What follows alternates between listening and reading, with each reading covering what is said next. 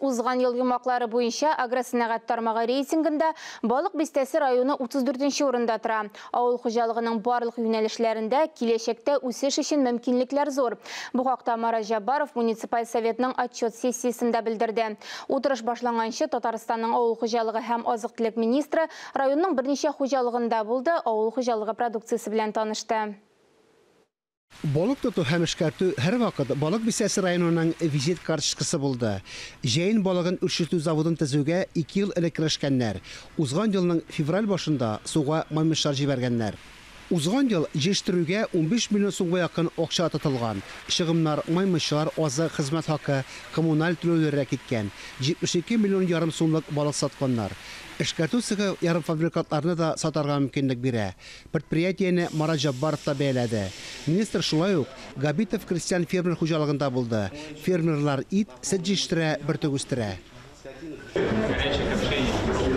Күргәзмәдә Марат Жабаров районда җитештерелә торган продукцияны бәяләде.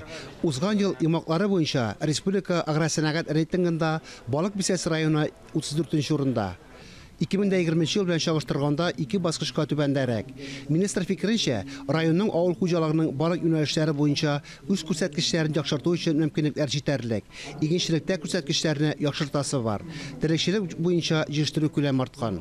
Узган ел 253 тонна сөт күбрәк җитештерелгән, 17 мең тонна ярым продукция алынган. Хәзер көнгә 46 тоннага якын, ягъни һәр сыердан уртача 14 литрдан артык сөт савыла. Сез районнар арасында 24-нче урында торасыз. Келешекте сыерларның баш санын арттырырга кирәк. Сезнең сыерлык җирләрегез күп.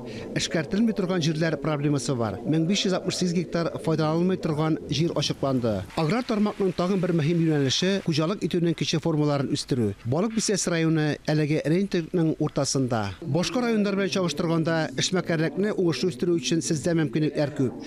Барыннан да элек бу кулланучылар базары мөмкинлеге.